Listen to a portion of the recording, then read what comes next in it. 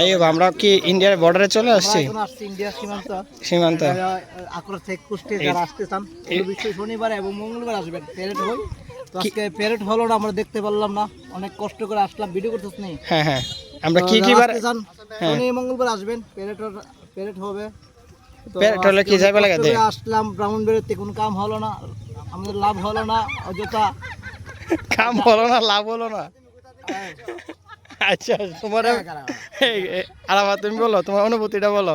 ব্রাহ্মণবাড়িয়া থেকে আসার পরে তুমি কেন দেখতে পেলো না?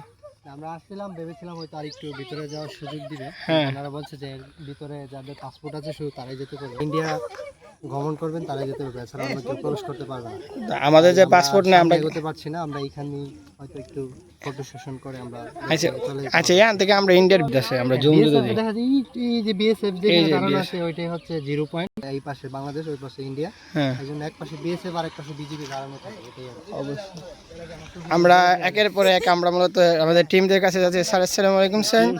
স্যার আমরা কেন মূলত ইন্ডিয়ার বর্ডারটা আসলাম, কিন্তু আমরা একটু দেখতে পেলাম না চেকপোস্টটা। স্যার হ্যাঁ হ্যাঁ, আমরা একটু ভিতরে তো আমরা যাওয়া উচিত ছিল, কারণ আজকে তো মানে বর্ডারে যাওয়ার মনে হয় অনুমতি নেই, এই জন্য তোমাদেরকে যেতে অনুমতি দিচ্ছে না। ঠিক আছে, অন্য একদিন আসবা ইনশাল্লাহ, তোমরা চেকপোস্ট পর্যন্ত যেতে পারবে। অবশ্যই। আমরা নিয়াজ দেখলাম আমাদের বিজিবির সাথে কথা বলছিলেন, নিয়াজ আমাদেরকে কেন যাওয়ার জন্য অনুমতি পাওয়া যাচ্ছিল না? হ্যাঁ, আসলে সপ্তাহে 2 দিন যাওয়ার দেওয়া হয়, অনুমতি দেওয়া হয়। হ্যাঁ, আজকে আমাদের ভিতরে যাওয়ার মতন অনুমতি নেই। কি কি বারে যদি দিতেন, আমাদের যারা ভিউয়ার্স আছে অনেকে আসবে, তাদের উদ্দেশ্যে যদি তুমি বলতাম। এই মঙ্গলবার মনে হয়, মঙ্গলবার আর শনিবার সম্ভবত 2 দিন সম্ভবত। তোমাকে বলে নাই যে কি কি? আমি দেখলাম তুমি কথা বলছিলে বিএসএফ আজকে অফ ডে, ভিতরে প্রবেশ করা যাবে না।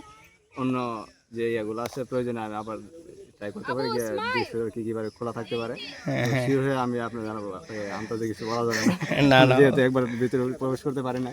প্রয়োজনে আপনি ওনাদের সাথে কথা বলতে পারেন যে আপু আমাদের কি কি বারে বা কি কি দিনে আমরা আসলে আমাদের ভিতরে আমরা ঢুকতে পারবো, বা এটা সৌন্দর্য এবং বর্ডার যে চেকপোস্টের যে ইয়াগুলা কিভাবে আমরা দেখতে পারবো, বুঝতে পারবো। ইনশাআল্লাহ আপনারা এই বিষয়ে আরো বিস্তারিত জানতে পারবেন, আমরা আরো কিছু জানার পর জানাতে পারবো ইনশাআল্লাহ। এই যে পানিটা আসছে এটা তো কিন্তু ইন্ডিয়ার পানি, ঠিক না? খুব বিশুদ্ধ পানি, বিশুদ্ধ পানি, খুবই তাড়াতাড়ি রোগ জীবাণু হয়ে যাবে। এটা আমাদের বুড়িগঙ্গার পানির মতো একদম ফ্রেশ। আপনারা যদি মনে চায় খাইতে পারবেন। কি বলেন, আপনি যদি একেবারে ট্রাই করতেন ভাইয়া? না আমি ট্রাই করবো না, আপনি যদি অবিশ্বাস হয়ে থাকে আপনি একটু কুলি করতে পারেন, দেখতে পারেন। না, আপনি একটু খেয়ে দেখেন আমাকে। খেয়ে দেখাতে হবে না তো, আপনি একটু কুলি করে দেখতে পারেন পানিটা কতটুকু বিশুদ্ধ। এটা বুড়িগঙ্গার পানির মতো একদম ফ্রেশ। খুব খারাপ লাগলো স্যার, ইন্ডিয়ার পানি যে আমাদের বাংলাদেশের মধ্যে আসতেছে এই বিষয়ে আমাদের কিছু যদি বলতেন, কারণ আমাদের বাংলাদেশে অধিকাংশ মানুষরা ভাই ভাইয়ের মধ্যে পানি আসলে মারামারি ফিটাফিটি করে, কিন্তু ইন্ডিয়ার পানি বাংলাদেশে আসছে, এই বিষয়ে আপনার অনুভূতিটা যদি একটু শেয়ার করতেন। না, আমি এই বিষয় নিয়ে কোনো মন্তব্য করবো না। আর যে পানিটা আসতেছে এটা তো আসলে বিশুদ্ধ পানি না, এটা দূষিত পানি। ঠিক আছে, হ্যাঁ হ্যাঁ, ময়লাযুক্ত পানি, এই জন্য এই পানি নিয়ে আমি কোনো মন্তব্য করতে রাজি হচ্ছি না।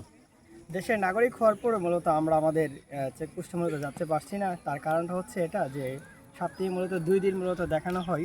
আমাদের নিয়াজ মূলত আপনাদেরকে শেয়ার করেছিলেন যে কোন কোন দিন মূলত যেতে পারে।